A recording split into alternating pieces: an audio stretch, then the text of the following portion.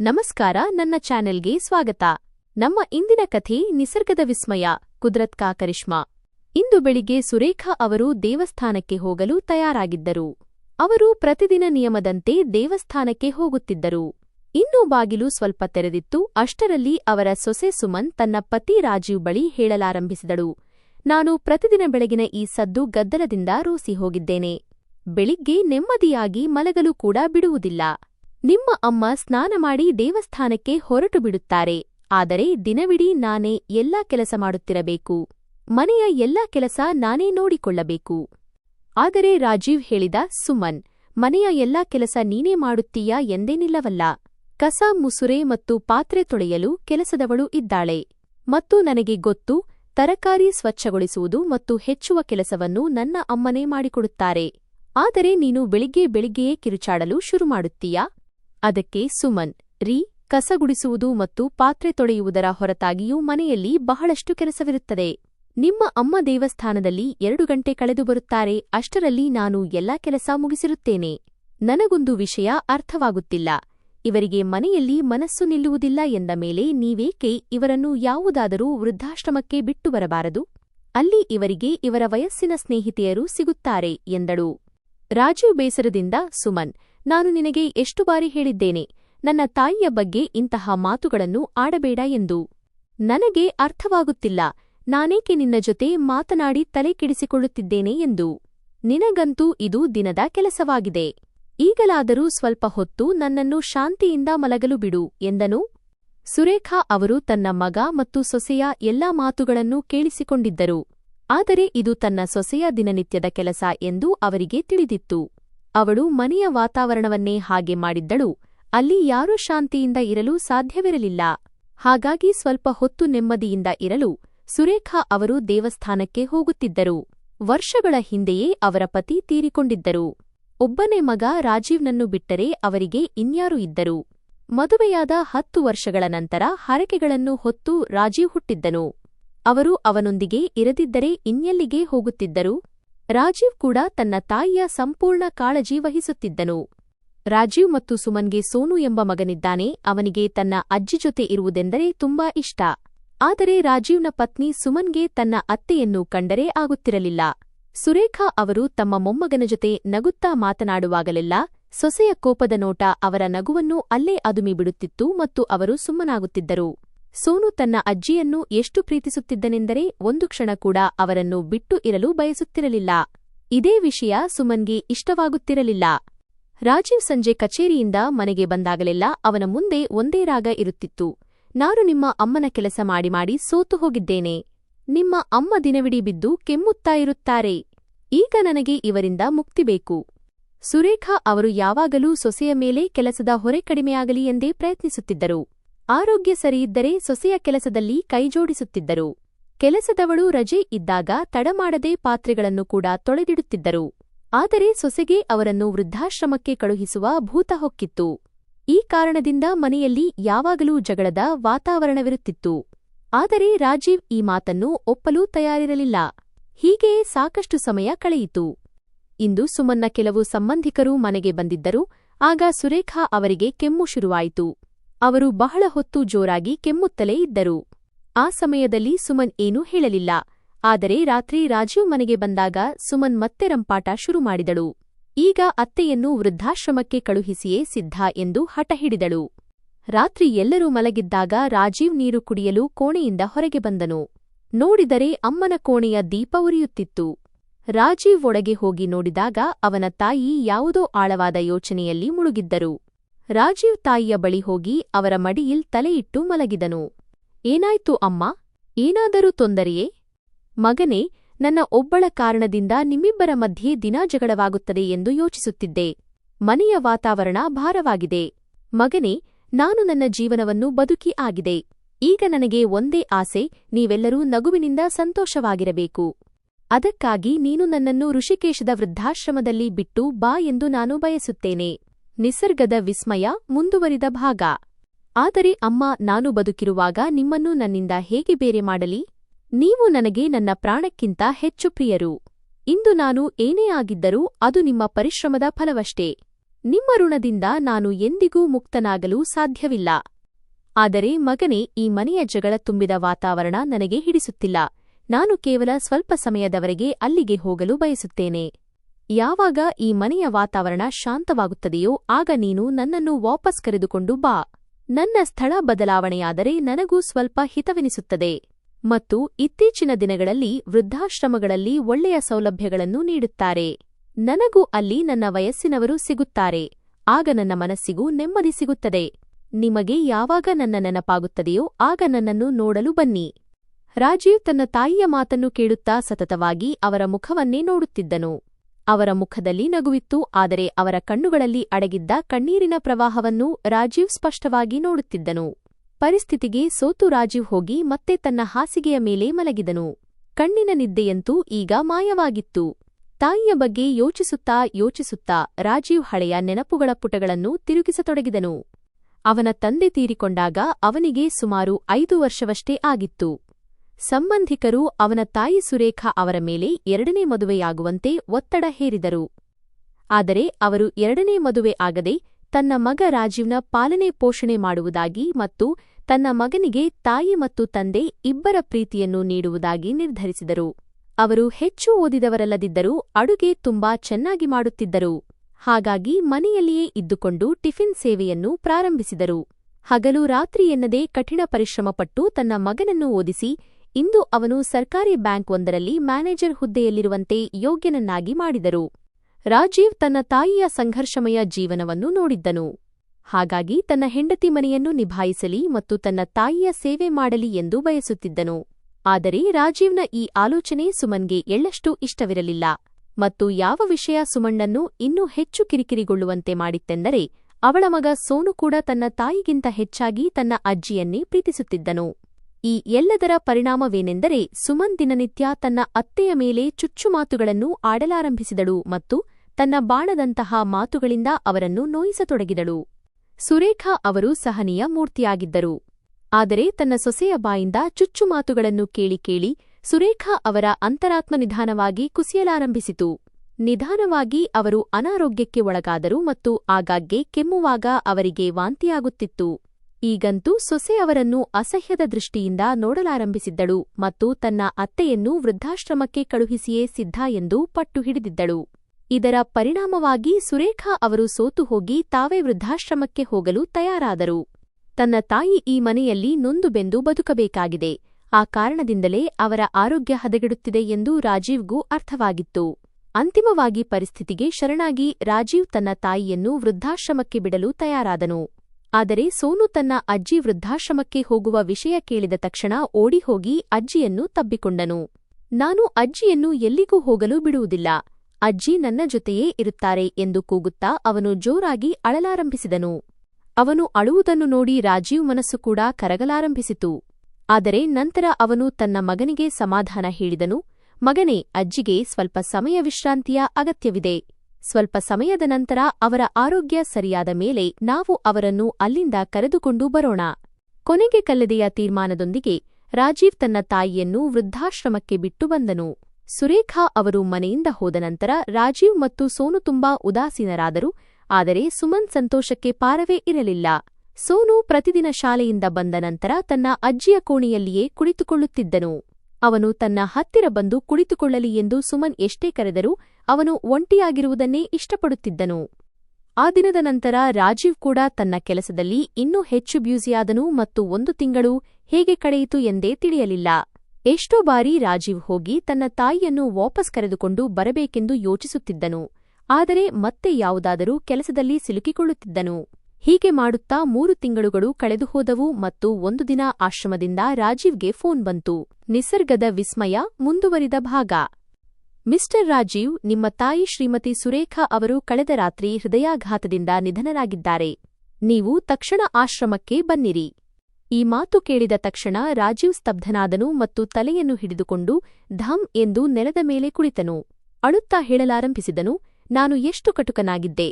ನನ್ನ ತಾಯಿಯನ್ನೇ ವೃದ್ಧಾಶ್ರಮದಲ್ಲಿ ಬಿಟ್ಟು ಬಂದೆ. ಅವರನ್ನು ವಾಪಸ್ ಕರೆತರುವುದು ಇರಲಿ. ಅವರನ್ನು ನೋಡಲು ಹೋಗುವ ಸಮಯವನ್ನು ನಾನು ಮಾಡಿಕೊಳ್ಳಲಿಲ್ಲ. ತನ್ನ ಇಡೀ ಜೀವನವನ್ನೇ ನನಗಾಗಿ ಮುಡಿಪಾಗಿಟ್ಟ ಆ ತಾಯಿಯನ್ನು ನಾನು ಹೇಗೆ ಮರೆತುಬಿಟ್ಟೆ? ಯಾರ ಮಡಿಲಲ್ಲಿ ತಲೆ ಇಟ್ಟರೆ ಸಾಕು ನಾನು ಪ್ರಪಂಚದ ಎಲ್ಲಾ ಕಷ್ಟಗಳನ್ನು ಮರೆತುಬಿಡುತ್ತಿದ್ದೆನೋ ಅಂತಹ ತಾಯಿಯನ್ನು ಮರೆತೆನಲ್ಲ. ನನ್ನ ತಾಯಿ ಸಾಕ್ಷಾತ್ ದೇವರ ರೂಪವಾಗಿದ್ದರು ಮತ್ತು ಅಂತಹ ಪೂಜನೀಯ ತಾಯಿಯ ಜೀವನದ ಕೊನೆಯ ಕ್ಷಣಗಳಲ್ಲಿ ನಾನು ಅವರ ಜೊತೆ ಇರಲಿಲ್ಲ. ನಾನು ಇಂತಹ ಘೋರ ಅನ್ಯಾಯವನ್ನು ಹೇಗೆ ಮಾಡಿಬಿಟ್ಟೆ? ರಾಜೀವ್ ಕಣ್ಣುಗಳಿಂದ ನಿರಂತರವಾಗಿ ಕಣ್ಣೀರು ಹರಿಯುತ್ತಿತ್ತು. ಇದೇ ಸಮಯದಲ್ಲಿ ಸುಮನ್ ಕೂಡ ಮಾರುಕಟ್ಟೆಯಿಂದ ಹಿಂತಿರುಗಿದಳು. ನೋಡಿದರೆ ರಾಜೀವ್ ನಿತ್ರಾಣನಾಗಿ ನೆಲದ ಮೇಲೆ ಬಿದ್ದು ಸತತವಾಗಿ ಕಣ್ಣೀರು ಹಾಕುತ್ತಿದ್ದನು. ಸುಮನ್ ಅವನನ್ನು ನೋಡಿ ಗಾಬರಿಯಾದಳು ಮತ್ತು ಏನಾಯಿತು? ನೀವೇಕೆ ಅಳುತ್ತಿದ್ದೀರಿ? ಎಂದು ಕೇಳಲಾರಂಭಿಸಿದಳು. ಸುಮನ್ ಕಂಡ ತಕ್ಷಣ ರಾಜೀವ್ ಜೋರಾಗಿ ಕಿರುಚಾಡಲಾರಂಭಿಸಿದನು. ಇದೆಲ್ಲವೂ ನಿನ್ನಿಂದಾಗಿಯೇ ಆಗಿದ್ದು. ಇದಕ್ಕೆಲ್ಲ ನೀನೇ ಕಾರಣ. ಆದರೆ ನಾನೇನು ಮಾಡಿದೆ? ಏನಾಯಿತು ಎಂದು ಹೇಳಿ ಎಂದು ಸುಮನ್ ಹೇಳಿದಳು. ಆಗ ರಾಜೀವ್ ಗದ್ಗದಿತ ಕಂಠದಿಂದ ಹೇಳಿದನು, ನೀನು ನನ್ನ ತಾಯಿಯಿಂದ ಮುಕ್ತಿ ಬೇಕು ಎನ್ನುತ್ತಿದ್ದೆಯಲ್ಲವೇ? ಅಮ್ಮ ನಿನಗೆ ಶಾಶ್ವತವಾಗಿ ಮುಕ್ತಿ ನೀಡಿದ್ದಾರೆ. ಅಮ್ಮ ಈ ಜಗತ್ತನ್ನು ಬಿಟ್ಟು ಶಾಶ್ವತವಾಗಿ ಹೋಗಿಬಿಟ್ಟಿದ್ದಾರೆ. ಇದನ್ನು ಕೇಳಿದ ತಕ್ಷಣ ಸುಮನ್ಗೆ ಜೋರಾದ ಆಘಾತವಾಯಿತು ಮತ್ತು ಸೋನು ಇದನ್ನು ಕೇಳಿ ಜೋರಾಗಿ ಅಳಲಾರಂಭಿಸಿದನು. ಸುಮನ್ ರಾಜೀವ್ ಬಳಿ ಕ್ಷಮೆ ಕೇಳುತ್ತಾ ಅವನನ್ನು ಸಮಾಧಾನಪಡಿಸಲು ಪ್ರಯತ್ನಿಸಿದಳು. ನಾವು ಆದಷ್ಟು ಬೇಗ ಋಷಿಕೇಶಕ್ಕೆ ಹೊರಡಬೇಕು. ಆದರೆ ಹೊರಗೆ ಜೋರು ಮಳೆಯಾಗುತ್ತಿದೆ. ಮಳೆ ಕಡಿಮೆಯಾದ ತಕ್ಷಣ ನಾವು ಹೊರಡೋಣ. ಆದರೆ ಮಳೆ ಕಳೆಯುವ ಪ್ರತಿಕ್ಷಣದೊಂದಿಗೆ ಇನ್ನೂ ಜೋರಾಗುತ್ತಿತ್ತು. ರಾಜೀವ್ ಸಮಯ ವ್ಯರ್ಥ ಮಾಡದೆ ಡ್ರೈವರ್ಗೆ ಫೋನ್ ಮಾಡಿ ಆದಷ್ಟು ಬೇಗ ಅವರನ್ನು ಋಷಿಕೇಶಕ್ಕೆ ತಲುಪಿಸಬೇಕೆಂದು ಹೇಳಿದನು. ಆದರೆ ಡ್ರೈವರ್ ಹೇಳಿದನು, ಋಷಿಕೇಶಕ್ಕೆ ಹೋಗುವ ದಾರಿಯುದ್ದಕ್ಕೂ ಭಾರಿ ಮಳೆ ಸುರಿಯುತ್ತಿದೆ. ನೀರು ತುಂಬಿರುವುದರಿಂದ ರಸ್ತೆಗಳು ಬಂದ್ ಆಗಿವೆ. ಪ್ರವಾಹದಂತಹ ಪರಿಸ್ಥಿತಿ ಉಂಟಾಗಿದೆ. ಇಂತಹ ಸಮಯದಲ್ಲಿ ಮನೆಯಿಂದ ಹೊರಗೆ ಬರುವುದೆಂದರೆ ಆಪತ್ತನ್ನು ಮೈಮೇಲೆ ಎಳೆದುಕೊಂಡಂತೆ. ಮಳೆ ಕಡಿಮೆಯಾಗುವವರೆಗೆ ನಾವು ಸ್ವಲ್ಪ ಹೊತ್ತು ಕಾಯಲೇಬೇಕು. ಅತ್ತ ಕಡೆಯಿಂದ ಆಶ್ರಮದಿಂದ ರಾಜೀವ್ಗೆ ಮತ್ತೆ ಫೋನ್ ಬಂತು. ಒಂದು ವೇಳೆ ನೀವು ಬೆಳಗಿನ ಜಾವದೊಳಗೆ ತಲುಪದಿದ್ದರೆ ಆಶ್ರಮದ ಅಧಿಕಾರಿಗಳೇ ಸ್ವತಃ ಸುರೇಖಾ ಅವರ ಅಂತ್ಯಕ್ರಿಯೆಯನ್ನು ನೆರವೇರಿಸುತ್ತಾರೆ ಎಂದು ತಿಳಿಸಲಾಯಿತು. ಆದರೆ ಮಳೆ ಕಡಿಮೆಯಾಗುವ ಲಕ್ಷಣವೇ ಕಾಣುತ್ತಿರಲಿಲ್ಲ. ದುಃಖಿತ ಮನಸ್ಸಿನಿಂದ ಕುಳಿತಿದ್ದ ರಾಜೀವ್ ಮಳೆ ಯಾವಾಗ ಕಡಿಮೆಯಾಗುತ್ತದೆ ಮತ್ತು ತಾನು ಯಾವಾಗ ಇಲ್ಲಿಂದ ಹೊರಡಬಹುದು ಎಂದು ಯೋಚಿಸುತ್ತಿದ್ದನು. ಪಶ್ಚಾತ್ತಾಪದಿಂದ ಬೆಂದು ಹೋಗಿದ್ದ ಅವನು ತನ್ನ ತಾಯಿಯನ್ನು ವೃದ್ಧಾಶ್ರಮದಲ್ಲಿ ಬಿಟ್ಟು ಬಂದ ಆ ಕ್ಷಣವನ್ನು ಶಪಿಸುತ್ತಿದ್ದನು. ಇಡೀ ರಾತ್ರಿ ಕಳೆಯಿತು ಮತ್ತು ಬೆಳಗಾಯಿತು. ಆದರೆ ಇನ್ನೂ ಧಾರಾಕಾರ ಮಳೆ ನಿಂತಿರಲಿಲ್ಲ. ಬೆಳಗಿನವರೆಗೂ ಅವರ ಪ್ರಯಾಣ ಸಾಧ್ಯವಾಗದಿದ್ದಾಗ ಆಶ್ರಮದಲ್ಲಿಯೇ ಅವರ ತಾಯಿಯ ಅಂತ್ಯಕ್ರಿಯೆಯನ್ನು ನೆರವೇರಿಸಲಾಯಿತು. 2 ದಿನಗಳ ನಂತರ ರಾಜೀವ್ ತನ್ನ ಕುಟುಂಬದೊಂದಿಗೆ ಆಶ್ರಮಕ್ಕೆ ತಲುಪಿದನು ಮತ್ತು ತನ್ನ ತಾಯಿಯ ಅಸ್ಥಿಯನ್ನು ಗಂಗೆಯಲ್ಲಿ ವಿಸರ್ಜಿಸಿ ಅಳುತ್ತಾ ಬರಿಗೈಯಲ್ಲಿ ವಾಪಸ್ ಬಂದನು.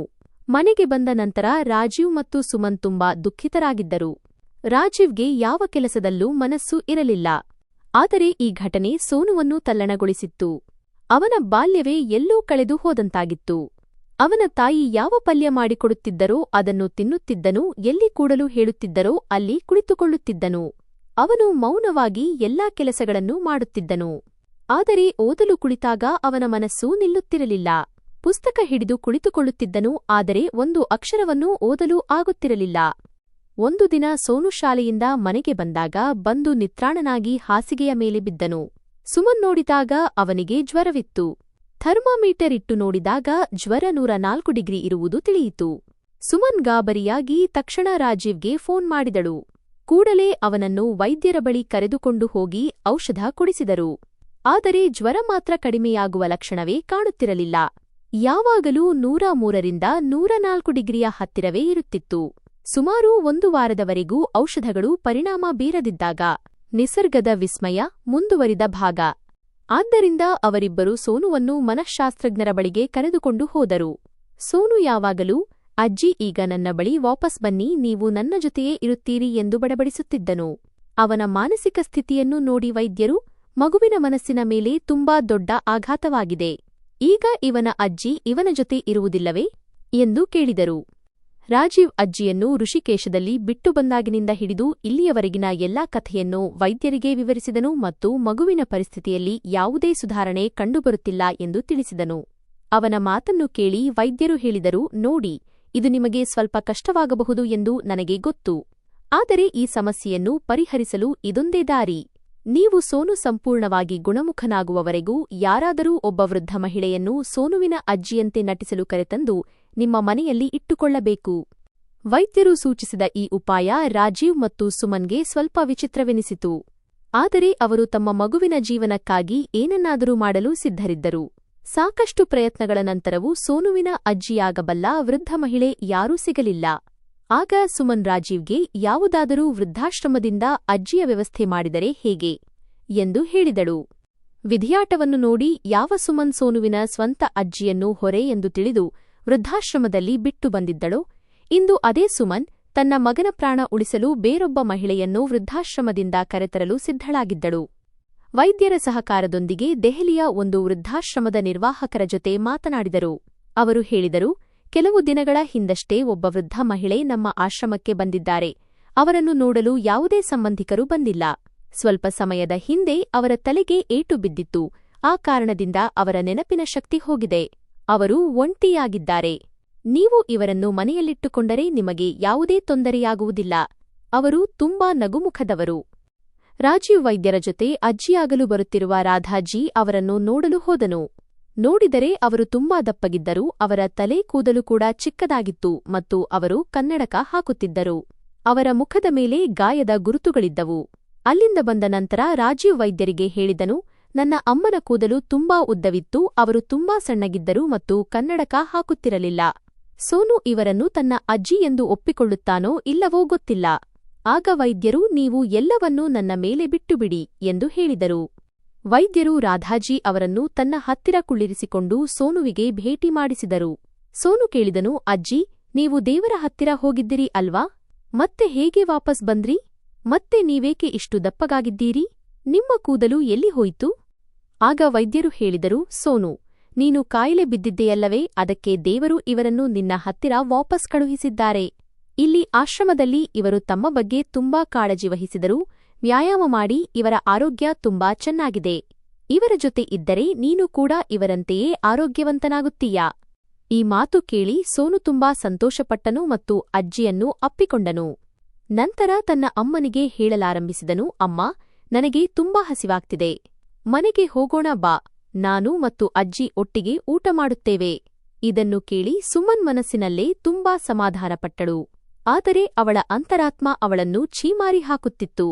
ಒಂದು ವೇಳೆ ಅವಳು ತನ್ನ ಅತ್ತೆಯ ಜೊತೆ ಕೆಟ್ಟದಾಗಿ ನಡೆದುಕೊಳ್ಳದಿದ್ದರೆ ಇಂದು ಈ ದಿನವನ್ನು ನೋಡಬೇಕಾಗಿ ಬರುತ್ತಿರಲಿಲ್ಲ ಎಂದು ಕೊರಗುತ್ತಿದ್ದಳು.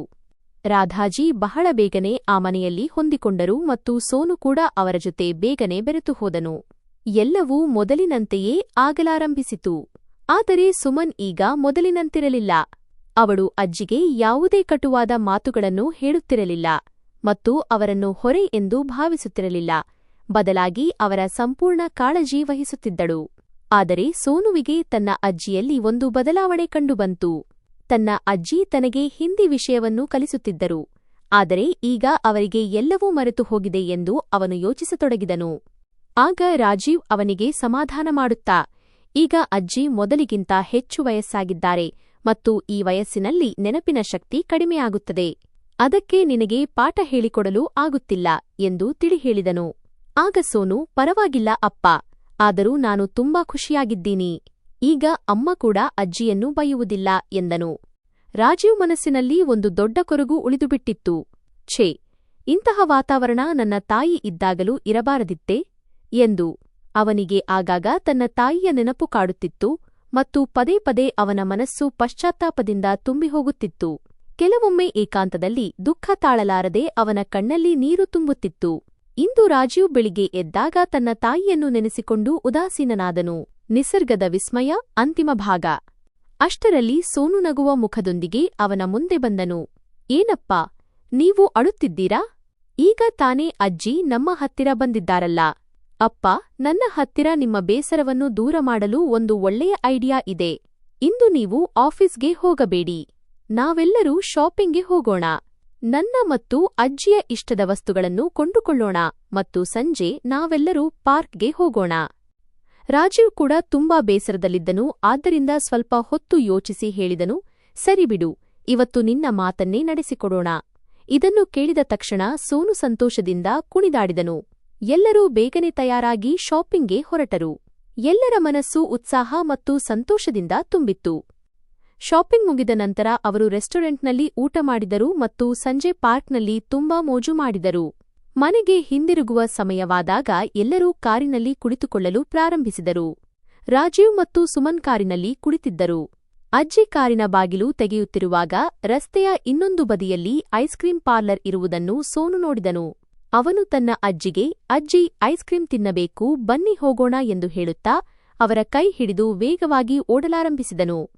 ಎದುರಿನಿಂದ ವೇಗವಾಗಿ ಬರುತ್ತಿದ್ದ ಕಾರೊಂದು ನಿಯಂತ್ರಣ ತಪ್ಪಿ ಬರುತ್ತಿರುವುದನ್ನು ಅಜ್ಜಿ ನೋಡಿದರು. ಸೋನುವನ್ನು ರಕ್ಷಿಸುವ ಉದ್ದೇಶದಿಂದ ಅವರು ಅವನ ಕೈಯನ್ನು ಜೋರಾಗಿ ಹಿಂದಕ್ಕೆ ಎಳೆದರು. ಸೋನು ಕಾರಿನಿಂದ ಪಾರಾದನು, ಆದರೆ ಅಜ್ಜಿಗೆ ಕಾರು ಡಿಕ್ಕಿ ಹೊಡೆಯಿತು. ಅವರು ಸ್ವಲ್ಪ ದೂರದಲ್ಲಿ ಹೋಗಿ ಬಿದ್ದರು. ಅವರ ತಲೆಯಿಂದ ರಕ್ತದ ಧಾರೆ ಹರಿಯಲಾರಂಭಿಸಿತು. ಸುಮನ್ ಮತ್ತು ರಾಜೀವ್ ತಕ್ಷಣ ಗಾಬರಿಯಾದರು. ಒಂದು ಕ್ಷಣವೂ ತಡಮಾಡದೆ ಅವರನ್ನು ಹತ್ತಿರದ ಆಸ್ಪತ್ರೆಗೆ ಕರೆದುಕೊಂಡು ಹೋದರು. ಅವರು ವೃದ್ಧಾಶ್ರಮದ ನಿರ್ವಾಹಕರಿಗೂ ಬೇಗನೆ ಆಸ್ಪತ್ರೆಗೆ ಬರುವಂತೆ ತಿಳಿಸಿದರು. ವೈದ್ಯರು ತಕ್ಷಣ ಅವರ ಚಿಕಿತ್ಸೆ ಪ್ರಾರಂಭಿಸಿದರು ಮತ್ತು ಅವರಿಗೆ ತಲೆಗೆ ಹೆಚ್ಚು ಪೆಟ್ಟಾಗಿದೆ, ಆದರೆ ದೇಹದ ಮೇಲೆ ಹೆಚ್ಚು ಗಾಯಗಳಿಲ್ಲ ಎಂದು ತಿಳಿಸಿದರು. ಸ್ವಲ್ಪ ಸಮಯದ ನಂತರ ವೃದ್ಧಾಶ್ರಮದ ನಿರ್ವಾಹಕರು ಕೂಡ ಅಲ್ಲಿಗೆ ತಲುಪಿದರು. ಅಜ್ಜಿಯ ತುಟಿಗಳು ನಡುಗುತ್ತಿರುವುದನ್ನು ರಾಜೀವ್ ನೋಡಿದನು ಮತ್ತು ಅವರು ರಾಜು, ರಾಜು ಎಂದು ಕರೆಯಲಾರಂಭಿಸಿದರು. ಈ ಶಬ್ದಗಳನ್ನು ಕೇಳಿ ರಾಜೀವ್ಗೆ ತನ್ನ ಕಿವಿಗಳ ಮೇಲೆ ನಂಬಿಕೆ ಬರಲಿಲ್ಲ, ಏಕೆಂದರೆ ಇದು ಅವನ ಬಾಲ್ಯದ ಹೆಸರಾಗಿತ್ತು ಮತ್ತು ಈ ಹೆಸರಿನಿಂದ ಅವನ ತಾಯಿ ಮಾತ್ರ ಅವನನ್ನು ಕರೆಯುತ್ತಿದ್ದರು. ರಾಜೀವ್ ಆಶ್ಚರ್ಯಚಕಿತನಾದನು ಮತ್ತು ಈ ಹೆಸರಿನಿಂದ ನನ್ನ ಅಮ್ಮ ಮಾತ್ರ ನನ್ನನ್ನು ಕರೆಯುತ್ತಿದ್ದರು ಎಂದು ಹೇಳಿದನು. ವೃದ್ಧಾಶ್ರಮದ ನಿರ್ವಾಹಕರಿಗೆ ತಕ್ಷಣವೇ ವಿಷಯ ಅರ್ಥವಾಯಿತು. ಅವರು ಹೇಳಿದರು, ಸ್ವಲ್ಪ ಸಮಯದ ಹಿಂದೆ ಈ ತಾಯಿಯ ಅಪಘಾತವಾಗಿತ್ತು. ಅವರ ತಲೆಗೆ ಗಂಭೀರ ಗಾಯವಾಗಿತ್ತು. ಇದರಿಂದ ಅವರ ನೆನಪಿನ ಶಕ್ತಿ ಹೋಗಿತ್ತು. ನನಗೆ ಅನಿಸುತ್ತದೆ ಮತ್ತೆ ಅದೇ ಜಾಗದಲ್ಲಿ ಪೆಟ್ಟು ಬಿದ್ದಿರುವುದರಿಂದ ಅವರ ನೆನಪಿನ ಶಕ್ತಿ ಮರಳಿ ಬಂದಿದೆ. ಸ್ವಲ್ಪ ಹೊತ್ತಿನಲ್ಲಿ ಅಜ್ಜಿಗೆ ಪ್ರಜ್ಞೆ ಬಂತು ಮತ್ತು ಅವರು ಎಲ್ಲರನ್ನೂ ಗುರುತಿಸಿದರು. ರಾಜೀವ್ನನ್ನು ಕಂಡ ತಕ್ಷಣ ಅವರ ಕಣ್ಣಲ್ಲಿ ನೀರು ತುಂಬಿತು. ರಾಜೀವ್ ತಕ್ಷಣ ತನ್ನ ತಾಯಿಯನ್ನು ತಬ್ಬಿಕೊಂಡನು ಮತ್ತು ಅಳುತ್ತಾ ಹೇಳಿದನು, ಅಮ್ಮ, ಇನ್ನು ನಾವು ಎಂದಿಗೂ ದೂರವಾಗುವುದಿಲ್ಲ. ಸಾವು ಕೂಡ ನಮ್ಮ ಪ್ರೀತಿಯ ಮುಂದೆ ಸೋತು ಹೋಯಿತು ಅಮ್ಮ. ಏಕೆಂದರೆ ಯಾವ ಮನುಷ್ಯನ ಅಂತ್ಯಕ್ರಿಯೆ ಆಗಿದೆಯೋ ಆ ಮನುಷ್ಯ ಸಾಕ್ಷಾತ್ ಜೀವಂತವಾಗಿ ಕಣ್ಣ ಮುಂದೆ ಇದ್ದರೆ ಇದಕ್ಕಿಂತ ದೊಡ್ಡ ಆಶ್ಚರ್ಯ ಈ ಪ್ರಪಂಚದಲ್ಲಿ ಏನಿದೆ. ತನ್ನ ಮಗ ಸೋನುವನ್ನು ನೋಡಿ ರಾಜೀವ್ ಹೇಳಿದನು, ಮಗನೇ, ನಿನ್ನ ಅಜ್ಜಿ ಈಗ ಸಂಪೂರ್ಣ ಗುಣಮುಖರಾಗಿದ್ದಾರೆ. ಇದನ್ನು ಕೇಳಿ ಸೋನು ಸಂತೋಷದಿಂದ ಕುಣಿದಾಡಿದನು ಮತ್ತು ಸಾರಿ ಅಜ್ಜಿ ಎನ್ನುತ್ತಾ ತನ್ನ ಅಜ್ಜಿಯನ್ನು ತಬ್ಬಿಕೊಂಡನು. ಸುಮನ್ ಕೂಡ ಅಳುತ್ತಾ ಅಳುತ್ತಾ ತನ್ನ ಅತ್ತೆಯ ಬಳಿ ತನ್ನ ನಡವಳಿಕೆಗಾಗಿ ಕ್ಷಮೆ ಕೇಳಿದಳು. ಈ ಭಾವುಕ ದೃಶ್ಯವನ್ನು ಕಂಡು ಅಲ್ಲಿ ಹಾಜರಿದ್ದ ಎಲ್ಲರ ಮನಸ್ಸು ತುಂಬಿ ಬಂತು ಮತ್ತು ಎಲ್ಲರೂ ರಾಜೀವ್ ಮತ್ತು ಅವನ ಕುಟುಂಬಕ್ಕೆ ಶುಭಾಶಯ ಕೋರುತ್ತಿದ್ದರು. ಇಡೀ ಕುಟುಂಬದ ಸಂತೋಷಕ್ಕೆ ಪಾರವೇ ಇರಲಿಲ್ಲ. ಆದರೆ ಆಶ್ರಮದವರಿಂದ ಇಷ್ಟು ದೊಡ್ಡ ತಪ್ಪು ಹೇಗಾಯಿತು ಎಂಬುದು ಆಶ್ಚರ್ಯದ ಸಂಗತಿಯಾಗಿತ್ತು. ಇದನ್ನು ತಿಳಿಯಲು ರಾಜೀವ್ ಋಷಿಕೇಶದ ಆಶ್ರಮಕ್ಕೆ ಫೋನ್ ಮಾಡಿ ಸಂಪೂರ್ಣ ಘಟನೆಯನ್ನು ತಿಳಿಸಿದನು ಮತ್ತು ತಪ್ಪು ಎಲ್ಲಾಗಿದೆ ಎಂದು ಮಾಹಿತಿ ಕೇಳಿದನು. ಮರುದಿನ ನಿರ್ವಾಹಕರು ಬಂದು ಹೇಳಿದ ವಿಷಯ ಆಶ್ಚರ್ಯಕರವಾಗಿತ್ತು. ಆಶ್ರಮದಲ್ಲಿ ಸುರೇಖಾ ಹೆಸರಿನ ಇಬ್ಬರು ಮಹಿಳೆಯರಿದ್ದರು. ಮೃತಪಟ್ಟವರು ಸುರೇಖಾ ಅರೋರಾ. ಕಾಕತಾಳೀಯವೆಂದರೆ ಯಾವ ದಿನ ಸುರೇಖಾ ಅರೋರಾ ತೀರಿಕೊಂಡರೋ ಅದೇ ದಿನ ನಿಮ್ಮ ತಾಯಿ ಅಂದರೆ ಸುರೇಖಾ ಶರ್ಮಾ ಅವರ ಕಾಲು ಜಾರಿ ಬಿದ್ದ ಕಾರಣ ತಲೆಗೆ ಪೆಟ್ಟು ಬಿದ್ದಿತ್ತು. ಗಾಯ ಆಳವಾಗಿದ್ದರಿಂದ ಚಿಕಿತ್ಸೆಗಾಗಿ ಅವರನ್ನು ದೆಹಲಿಯ ಆಸ್ಪತ್ರೆಗೆ ಕಳುಹಿಸಲಾಯಿತು ಮತ್ತು ಚಿಕಿತ್ಸೆಯ ನಂತರ ಅವರನ್ನು ಅಲ್ಲಿನ ವೃದ್ಧಾಶ್ರಮದಲ್ಲಿಯೇ ಇರಿಸಲಾಯಿತು. ಸುರೇಖಾ ಅರೋರಾ ಅವರಿಗೆ ಯಾವುದೇ ಸ್ವಂತ ಸಂಬಂಧಿಕರಿರಲಿಲ್ಲ. ನಿಸರ್ಗದ ವಿಸ್ಮಯ ಅಂತ್ಯ ಮತ್ತು ಆಶ್ರಮದ ಪ್ರಮುಖ ಮೇಲ್ವಿಚಾರಕರಾದ ಮಿಶ್ರಾಜಿ ಅವರ ವರ್ಗಾವಣೆಯಾಗಿತ್ತು. ಅವರ ಸ್ಥಾನಕ್ಕೆ ಬಂದ ಹೊಸ ವ್ಯಕ್ತಿಯು ರಿಜಿಸ್ಟರ್ನಲ್ಲಿ ಹೆಸರಿನ ಜೊತೆಗೆ ನೀಡಲಾದ ವಿವರಗಳನ್ನು ಸರಿಯಾಗಿ ಗಮನಿಸದ ಕಾರಣ ಈ ಗೊಂದಲದ ಪರಿಸ್ಥಿತಿ ಉಂಟಾಯಿತು. ದೆಹಲಿಯ ವೃದ್ಧಾಶ್ರಮದಲ್ಲಿ ನಿಮ್ಮ ತಾಯಿ ರಾಧಾಜಿ ಎಂಬ ಹೆಸರಿನಿಂದಲೇ ಪ್ರಸಿದ್ಧರಾಗಿದ್ದರು, ಏಕೆಂದರೆ ಕಣ್ಣುಬಿಟ್ಟ ನಂತರ ಅವರು ಯಾವಾಗಲೂ ರಾಧೇ ರಾಧೇ ಎಂದು ಹೇಳುತ್ತಿದ್ದರು. ಚೇತರಿಸಿಕೊಂಡ ನಂತರ ನೆನಪಿನ ಶಕ್ತಿ ಕಳೆದುಕೊಂಡಿದ್ದರಿಂದ ಮತ್ತು ಯಾವುದೇ ಚಿಂತೆ ಇಲ್ಲದೆ ಇದ್ದಿದ್ದರಿಂದ ಅವರ ದೇಹ ದಪ್ಪವಾಯಿತು. ಮುಖಕ್ಕೆ ಪೆಟ್ಟು ಬಿದ್ದಿದ್ದರಿಂದ ಕಲೆಗಳು ಉಳಿತಿದ್ದವು ಮತ್ತು ತಲೆಯ ಪೆಟ್ಟಿನ ಕಾರಣ ಅವರ ಕೂದಲನ್ನು ಕೂಡ ಕತ್ತರಿಸಿ ಚಿಕ್ಕದು ಮಾಡಲಾಗಿತ್ತು. ದೃಷ್ಟಿ ಮಂದವಾಗಿದ್ದರಿಂದ ಕಣ್ಣಿಗೆ ಕನ್ನಡಕ ಬಂತು. ನಿಸರ್ಗದ ಈ ಪವಾಡವನ್ನು ನೋಡಿ ಎಲ್ಲರೂ ದಂಗಾಗಿ ಹೋದರು. ತಾವು ಯಾವ ತಾಯಿಯ ಅಸ್ಥಿ ವಿಸರ್ಜನೆ ಮಾಡಿ ಬಂದಿದ್ದರೋ ಅವರು ತಮಗೆ ಜೀವಂತವಾಗಿ ಸಿಗುತ್ತಾರೆ ಎಂದು ಅವರು ಕನಸಿನಲ್ಲೂ ಊಹಿಸಿರಲಿಲ್ಲ. ಆದರೆ ಈಗ ಅವರ ಅನುಪಸ್ಥಿತಿಯಲ್ಲಿ ಕುಟುಂಬದಲ್ಲಿ ಅವರ ಮಹತ್ವ ಏನೆಂಬುದನ್ನು ಎಲ್ಲರೂ ಚೆನ್ನಾಗಿ ಅರಿತುಕೊಂಡಿದ್ದರು. ಮತ್ತು ಅತ್ತ ಕಡೆ ಸುಮನ್ ತಾನು ಯಾವ ಅತ್ತೆಯನ್ನು ಹೊರೆ ಎಂದು ತಿಳಿದು ವೃದ್ಧಾಶ್ರಮಕ್ಕೆ ಬಿಟ್ಟು ಬಂದಿದ್ದಳೋ ಇಂದು ನಿಜವಾಗಿಯೂ ಅದೇ ತಾಯಿ ತನ್ನ ಮಗನಿಗೆ ಮರುಜೀವ ನೀಡಿದರು ಎಂದು ಯೋಚಿಸಿ ಅವಮಾನದಿಂದ ಕುಗ್ಗಿ ಹೋಗುತ್ತಿದ್ದಳು. ರಾಜೀವ್ ಮತ್ತು ಸುಮನ್ ಇಬ್ಬರೂ ಮನಸ್ಸಿನಲ್ಲೇ ಈ ಘಟನೆಗೆ ತಮ್ಮನ್ನೇ ದೋಷಿಗಳೆಂದು ಪರಿಗಣಿಸುತ್ತಿದ್ದರು. ಆದರೆ ಇನ್ನೊಂದು ಕಡೆ ಇಂದು ಅಜ್ಜಿಯ ಕಾರಣದಿಂದಲೇ ತಮ್ಮ ಮಗ ಸೋನು ತಮ್ಮ ಕಣ್ಣ ಮುಂದೆ ಸುರಕ್ಷಿತವಾಗಿ ನಿಂತಿದ್ದಾನೆ ಎಂಬ ಸಮಾಧಾನವು ಅವರ ಮನಸ್ಸಿನಲ್ಲಿತ್ತು. ಇಂದು ನಿಜವಾಗಿಯೂ ಅಜ್ಜಿ ಮತ್ತು ಸೋನು ಇಬ್ಬರ ಪುನರ್ಜನ್ಮವಾಗಿತ್ತು. ರಕ್ತ ಸಂಬಂಧಗಳು ಎಷ್ಟು ಪ್ರಬಲವಾಗಿರುತ್ತವೆ ಎಂಬುದನ್ನು ಇಂದು ಈ ಘಟನೆ ಸಾಬೀತುಪಡಿಸಿತ್ತು. ಸ್ನೇಹಿತರೆ, ನಿಮಗೆ ಈ ಕಥೆ ಹೇಗೆ ಅನ್ನಿಸಿತು ಎಂದು ಲೈಕ್ ಮತ್ತು ಕಾಮೆಂಟ್ ಮಾಡುವ ಮೂಲಕ ಖಂಡಿತ ತಿಳಿಸಿ ಮತ್ತು ಚಾನೆಲ್ ಅನ್ನು ಸಬ್ಸ್ಕ್ರೈಬ್ ಮಾಡಲು ಮರೆಯಬೇಡಿ. ಮತ್ತೆ ಸಿಗೋಣ ಒಂದು ಹೊಸ ಕಥೆಯೊಂದಿಗೆ. ತುಂಬಾ ಧನ್ಯವಾದಗಳು.